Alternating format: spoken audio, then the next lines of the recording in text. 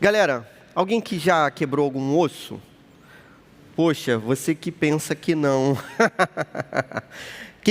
Quem acha que nunca quebrou um osso aí na vida? Levanta a mão aí. Você sabe que dente é osso também, não é isso? Você quebrou um dente, um pedacinho que seja, você quebrou um osso, né? Ainda que você não tenha reparado muito. Uma vez eu estava na escola, era criancinha, né?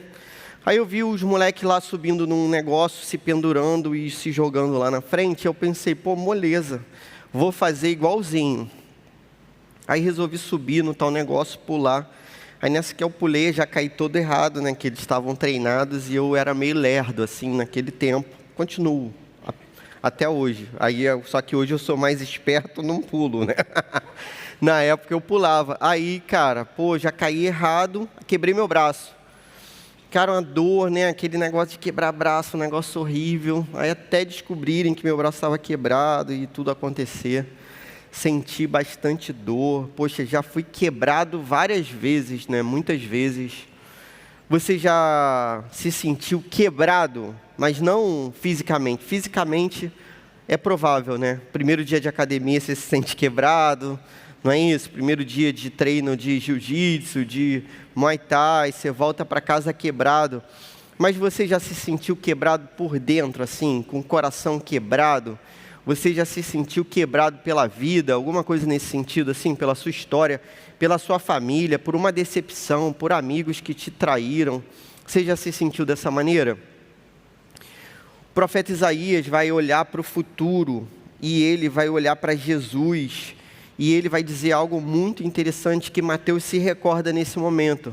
Então, se você tiver aí com a sua Bíblia aberta no capítulo 12, você vai lembrar que no início do capítulo 11, acontece algo interessante para a gente entender melhor o capítulo 12. Um macete para você: sempre que você quiser entender melhor um capítulo, você visita o capítulo anterior, dá uma olhadinha, e visita o capítulo posterior, dá uma olhadinha, e aí você vai entender aquele capítulo do meio melhor. Hoje a gente está focado no 12. Então, visitando o capítulo 11, eu percebi o seguinte: tem uma hora que os discípulos de João Batista vêm falar com Jesus. E Jesus, ele vai mostrar vários milagres para aqueles discípulos de João. E João se sentia mal, João se sentia quebrado, João estava numa prisão. E num momento de dúvida, João manda os seus discípulos falarem com Jesus e perguntarem para ele assim: pô, você é o Messias mesmo? Você é aquele que tinha que vir? Você é o Salvador mesmo? E aí Jesus faz vários milagres, cumprindo as profecias de Isaías. E Mateus se lembra disso certamente. Depois de fazer esses milagres, Jesus vai ser confrontado por várias pessoas que não acreditam nele. E essas pessoas muitas vezes pedem sinais para Jesus. Olha só que coisa interessante. Uma vez eu estava conversando com um menino, e ele falou assim para mim: poxa, Clóvis, eu queria ver alguns sinais para que eu acreditasse. Beleza? E aí, se você ler o capítulo 11, você vai perceber que quando Jesus fala contra as cidades que não acreditam, ele fala que essas cidades viram muitas coisas e não acreditam, viram muitos sinais e não acreditam. Então, o fato de você ver um sinal não significa que você vai acreditar. Agora, a ordem inversa é correta. Pô, por que João Batista pediu sinal e Jesus fez? E por que outros pediram sinal e ele não fez? Por quê? Porque quando você crê, você vê sinais. Beleza? Quando você vê sinais, não necessariamente você vai crer. Essa aqui é a lógica que a Bíblia vai apresentar. E aí, na sequência, a gente vai ter Jesus no finalzinho do capítulo 11, falando talvez a coisa mais linda que eu já ouvi ele dizer, que é sobre seu próprio coração. E ele chama as pessoas que estão cansadas e sobrecarregadas para se aproximarem dele. E ele diz então: venham a mim, vocês que estão cansados e sobrecarregados, e eu vou dar descanso para vocês. Tomem sobre vocês o meu jugo, o meu fardo, que é totalmente leve. Vocês vão encontrar paz nesse sentido, porque o meu coração é manso e humilde. Jesus fala essa parada que é totalmente linda, é a única parte de todo o evangelho que Jesus fala do seu próprio coração. Jesus poderia ter escolhido qualquer característica para falar do seu coração, mas ele escolhe essas duas. Jesus diz que o coração dele é manso e que o coração dele é humilde. Totalmente diferente do nosso. O nosso coração, de modo geral, galera, se não for transformado pelo Espírito Santo, o nosso coração é orgulhoso. Beleza? A gente gosta quando as pessoas falam bem da gente e a gente se ofende quando as pessoas falam mal da gente. Por quê? Porque a gente é orgulhoso. A gente tira foto do nosso corpinho, bota nas mídias sociais, esperando likes. E se ninguém der, a gente fica mal pra caramba. A gente quer ser tido como inteligente, como capaz, como maneiro, como melhor, como atleta, como qualquer coisa que seja superior aos outros, porque, de modo geral, a gente é orgulhoso. O nosso coração é um coração selvagem. Tem uma obra da Clarice Lispector chamada Perto do Coração Selvagem.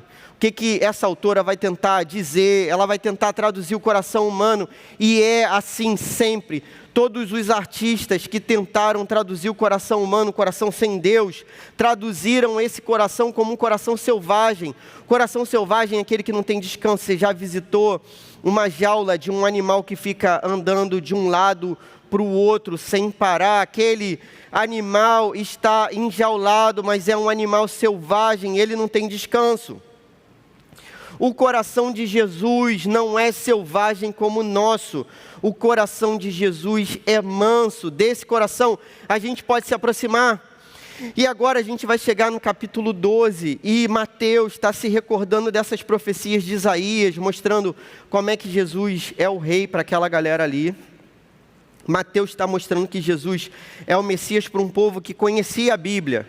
Então ele vai lembrar de um outro trecho de Isaías agora. É o trecho que a gente vai ler. Tranquilo? Entendeu o que está acontecendo? O que é o contexto? Poxa, Jesus, ele é maravilhoso, mas ele não se mostra para aqueles que são incrédulos, para aqueles que não se aproximam dele com o coração humilde. Por outro lado, o nosso coração tem essa tendência maldita a ser orgulhoso e selvagem. Então, o nosso coração precisa desse auxílio do Espírito Santo para ser amansado e se aproximar de Jesus. E Jesus não escolhe os melhores. Jesus não tira o time igual a gente. A gente tira o time buscando vantagem. Eu lembro que quando eu era da escola, e fizeram uma regra lá na escola para me zoar, que foi a seguinte: eu virei crente de uma hora para outra, e eu era uma pessoa que era ruim. E aí quando eu virei crente, os caras que andavam comigo começaram a me odiar. Aí eles fizeram uma regra assim, ó, agora quando a gente tirar o time, vai ser assim, o time dos crentes, apontavam para mim, o time dos crentes, e o time dos não crentes. Poxa, cara, infelizmente o time dos crentes era ruim demais. Time péssimo. E eu tinha que jogar no time dos crentes, entendeu? E a gente perdia todas as partidas. Mas a gente tinha uma vitória maior. Que era nosso consolo. A gente estava salvo, meu irmão. A gente vai jogar futebol no céu. Essa galera não vai jogar. Se não se arrepender, né? Espero que se arrependa. Cara, você já foi o último a ser escolhido? Geralmente a gente escolhe os melhores para jogarem com a gente fica chateado para jogar no meio dos piores. Jesus, quando escolhe, ele escolhe gente diferente do que seja a lógica comum. Beleza? Olha só o que Mateus vai dizer para a gente. Mateus 12, verso 15 diz assim: mas Jesus, sabendo disso, afastou-se dali, muitos o seguiram, e a todos ele curou, advertindo-lhes, porém, que não o expusessem à publicidade. Quer dizer, não conta para ninguém. O texto continua: isso aconteceu para se cumprir o que foi dito por meio do profeta Isaías. E agora, olha só que coisa linda. Mateus, com a palavra de Deus no coração dele, olha para Jesus e vê o cumprimento de profecias feitas 700 anos antes. E nessas profecias ele diz o seguinte: eis aqui o meu servo que escolhi. É Deus falando com o servo dele, que é Jesus. Eis aqui o meu servo que escolhi, o meu amado em quem a minha alma se agrada. Mateus está tocando de novo a mesma música que ele tocou lá no início do Evangelho, no batismo de Jesus. Lembra quando João Batista vai batizar Jesus? E aí ouve-se uma voz do céu, vê-se o Espírito de Deus em forma de pomba, ouve-se a voz do Pai dizendo: este é o meu Filho amado, em quem eu tenho prazer. Ele repete essas palavras, ele toca de novo esse refrão para que a gente guarde. Ó, o meu amado em quem a minha alma se agrada, farei repousar sobre ele o meu espírito, e ele anunciará juízo aos gentios. Cara, o anúncio de juízo geralmente não parece bom. Então, quando a gente fala de inferno aqui, galera, a gente pode pensar assim: pô, esse cara pega pesado, toda hora ele fica falando de inferno, e isso é algo ruim. Cara, imagine que haja um precipício e alguém grite para você: cuidado, precipício. Ou então tem uma cobra para te picar e alguém grita: cuidado, tem uma cobra que vai te picar. Você não acha que isso é vantajoso, não? Eu lembro que uma vez eu entrando num lugar, alguém me parou de carro e falou assim: ó, você tem certeza que você vai entrar aí, beleza? Esse lugar é perigoso. Cara, maravilha, graças a Deus a pessoa me avisou. E aí o que você faz? Abaixa os vidros, liga o alerta, ou então você dá meia volta. Você dá meia volta, não é isso, meu amigo? Não entra mais naquele lugar. Cara, olha só, Jesus vem anunciar juízo. Só que o anúncio de juízo é anúncio de salvação.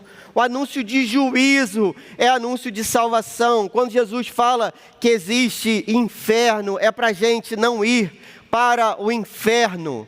Quando Jesus fala: cuidado com a sua vida, é para você não morrer, é para você fazer o certo, para você viver o bem, cheio do Espírito Santo. É assim a música que a gente cantou agora: ao Senhor pertence a salvação. É a oração de Jonas. Jonas sabia que a salvação pertencia a Deus e ele vai anunciar juízo, só que a galera vai se converter. Cara, quando a gente fala a verdade, quando a gente manda a real, quando a gente fala de inferno, existe a possibilidade das pessoas acordarem e perceberem que a vida eterna pode ser terrível longe de Deus, mas pode ser maravilhosa. E é claro que quando a gente fala do terrível, é porque a gente quer que você escolha o que seja maravilhoso, que você viva com Cristo. Isso é melhor do que tudo. Jesus anuncia juízo aos gentios. E olha como é que ele anuncia. Olha que coisa linda. Primeiro o texto diz aquilo que Jesus faz, agora vai dizer aquilo que ele não faz. E quando diz aquilo que ele não faz, é tão precioso quanto aquilo que ele faz. Não entrará em discussões, nem gritará, nem fará ouvir nas praças a sua voz. Caramba, um rei que teria uma voz anunciada nas praças, um rei que poderia falar como um trovão, um rei que uma vez estava num barco e fez assim para o vento e o mar se acalmarem, fez assim, ó, e o vento e o mar se acalmaram. Cara, a voz de Jesus Cristo é mais poderosa do que as ondas de Taquatiara. A voz de Jesus Cristo é mais poderoso do que o maior dos furacões, mas ele não grita, mas ele não entra em discussões e a sua voz não é ouvida nas praças. Você sabe o que toca aí fora? Se é a mesma música que você ouve, cara, fica ligado, beleza? O que toca aí fora não é a voz de Jesus Cristo. O que toca é o proibidão, é o trapper, é o porcaria do que tiver aí no meio disso tudo. É o palavrão, é a baixaria, é isso que toca. Mas a voz de Jesus Cristo não é ouvida nas praças. E olha o que ele não faz, que é tão singular e serve para a nossa vida.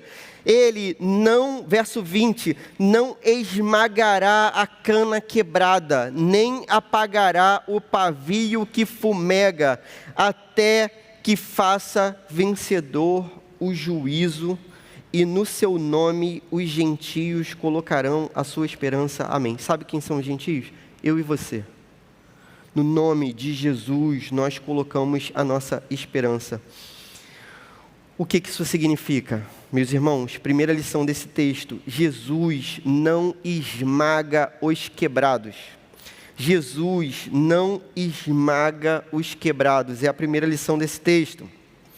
Sem gritar, sem os holofotes, com toda a simplicidade, sem os likes do mundo, Jesus não esmaga quem está quebrado. Pelo contrário, Ele chama pessoas quebradas para perto, e Ele diz assim: vocês que estão cansados e sobrecarregados. Sabe o que significa estar cansado e sobrecarregado? É um cansaço que você sabe que não vai resolver.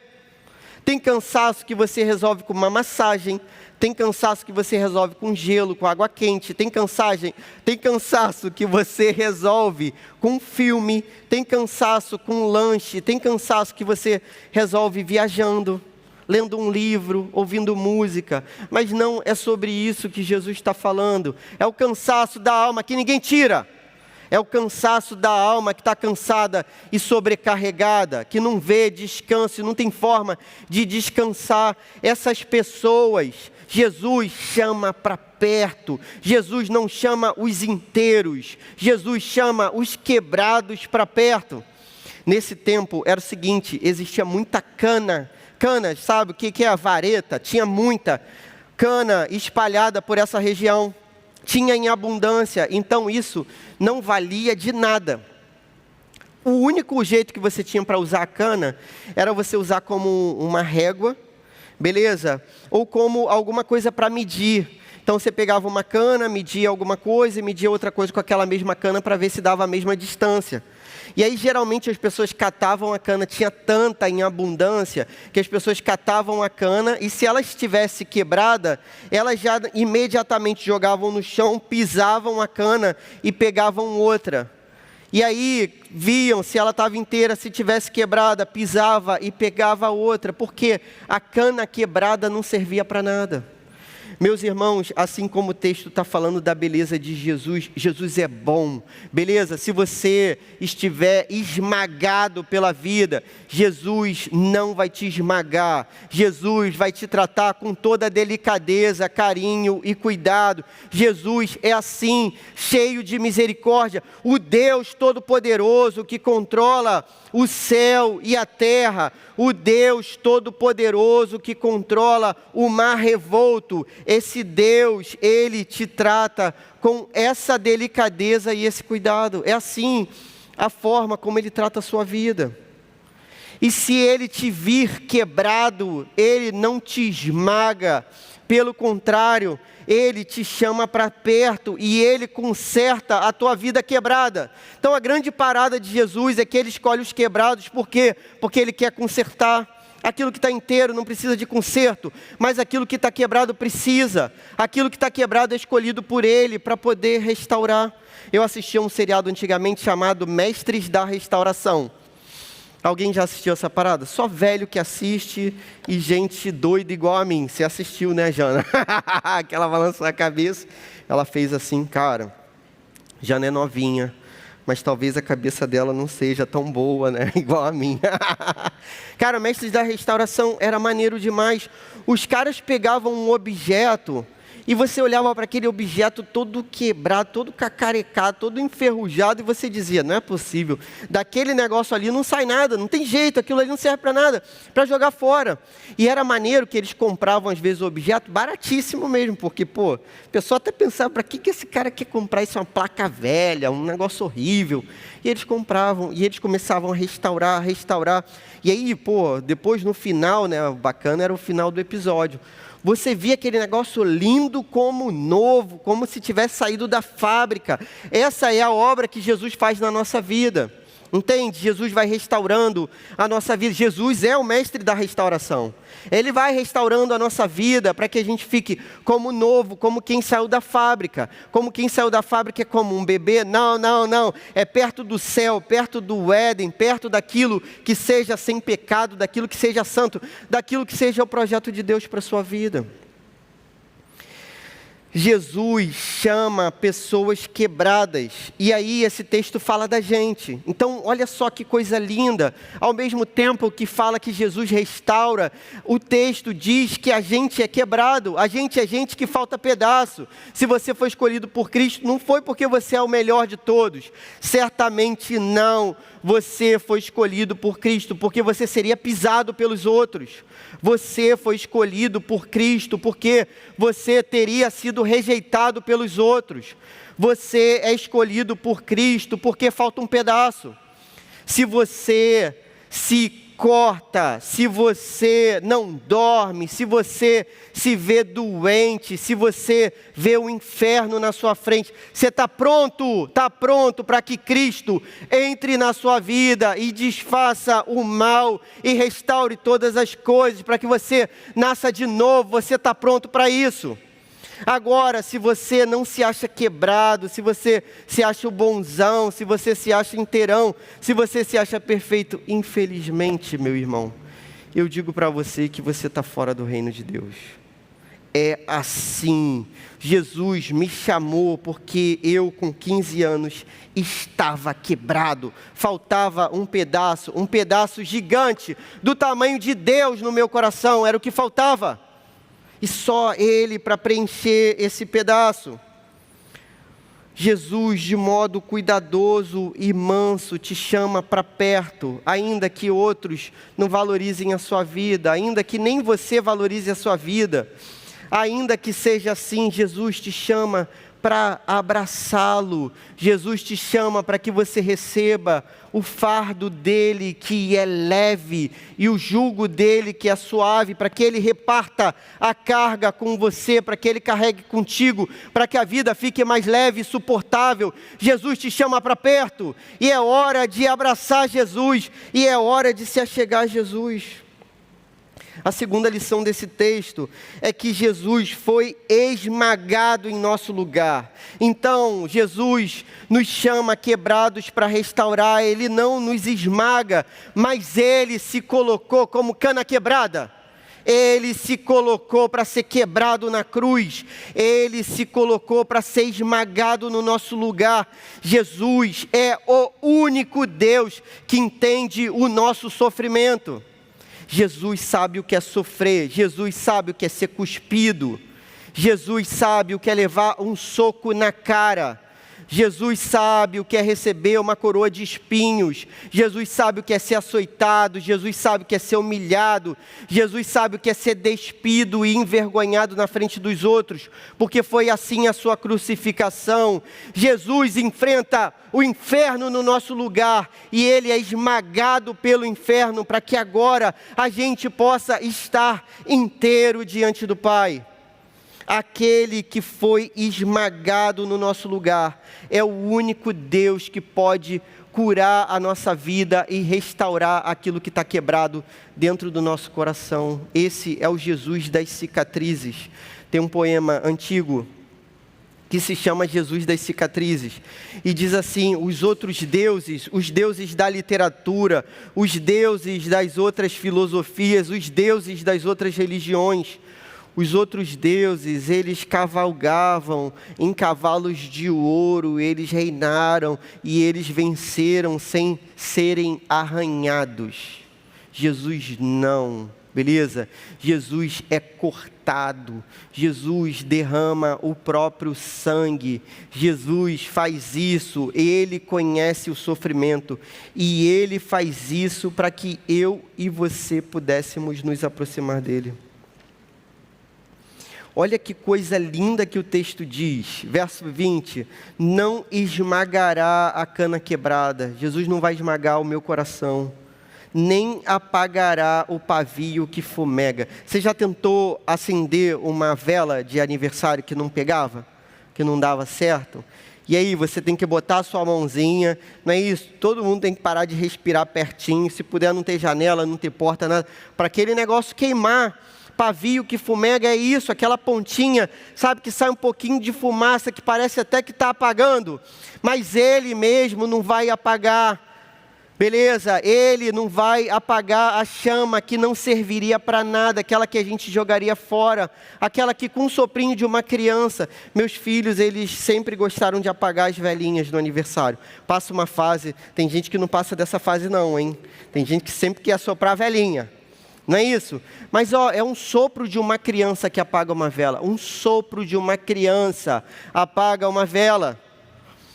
Jesus olha para a nossa vida que seria apagada num sopro de uma criança, mas Ele não apaga, Ele segura a sua respiração para que a gente não desarme, beleza? Para que a gente não desmonte, para que a gente não se desfaça diante dEle. Jesus, o Deus Todo-Poderoso, age assim conosco, e Ele faz isso para a glória dEle, até o último dia. Olha o que diz o verso 20 no final: até que faça vencedor o juízo. Sabe o que isso significa? Jesus vai te amar até o fim. Vencedor o juízo é a volta de Cristo. Vencedor o juízo é o juízo final, quando Deus julgará todas as coisas, todas as pessoas. E Jesus está prometendo que Ele vai te amar para sempre, até o fim, até o último dia. E nada vai mudar essa característica dEle. Olha que coisa maravilhosa. Nessa vida, meus irmãos, nada dura para sempre.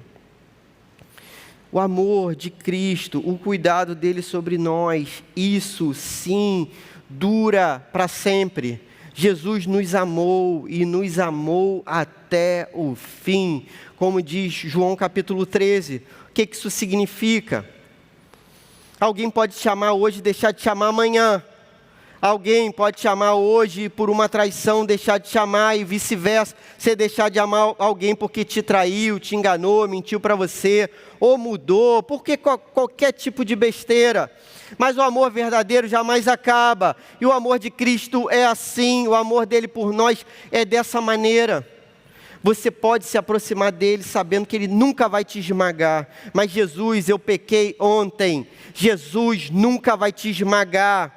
Mas Jesus, eu pequei ontem, pela 1000ª vez, no mesmo pecado. Jesus nunca vai te esmagar, mas Jesus, eu pequei ontem, pela 1000ª vez, o mesmo pecado, sabendo que você morreu na cruz pelos meus pecados, eu fiz isso consciente. Jesus nunca vai te esmagar, é assim. Meus irmãos, não é possível, existe algo mais bonito do que isso. Quantas vezes eu traí a Jesus, quantas vezes eu neguei a Jesus, quantas vezes eu, sendo pastor, fiz isso tudo, mas Jesus me chama para perto. Ele não esmaga a cana quebrada, Ele não apaga o pavio que fumega, Ele faz isso até que seja vencedor o juízo, até o último dia, é assim. Lá em Isaías, no capítulo 11, quando é lembrado o texto de Isaías, o texto que vai ser lembrado por Jesus vai ser até a volta dele, até a hora do juízo. Então, ele vai proclamar a justiça às nações, ele vai pregar aos pobres, ele vai curar os enfermos, ele vai dar vista aos cegos. E o texto para antes do juízo. Quando você olha para o texto de Isaías, tem um juízo. Por quê? Porque isso, depois do juízo, dura pela eternidade. E vai ser assim. O que eu gostaria que você vivesse hoje? A única aplicação: aproxime-se de Jesus sem medo. Olha só, aproxime-se de Jesus sem medo. Tem gente que se aproxima de você por interesse. Tem gente que se aproxima de você por interesse no seu corpo, na sua beleza, na sua riqueza, ou em alguma coisa que você tenha, ou algum tipo de status. Beleza? Cara, Jesus não se aproxima por isso. Jesus vê você exatamente como você é. Na parte quebrada que Ele vê, Ele quer restaurar. Jesus não tem nenhum interesse na sua própria vida, senão de fazer o bem.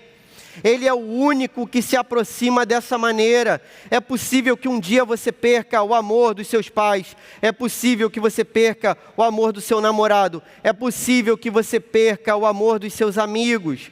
Mas é impossível perder o amor de Jesus.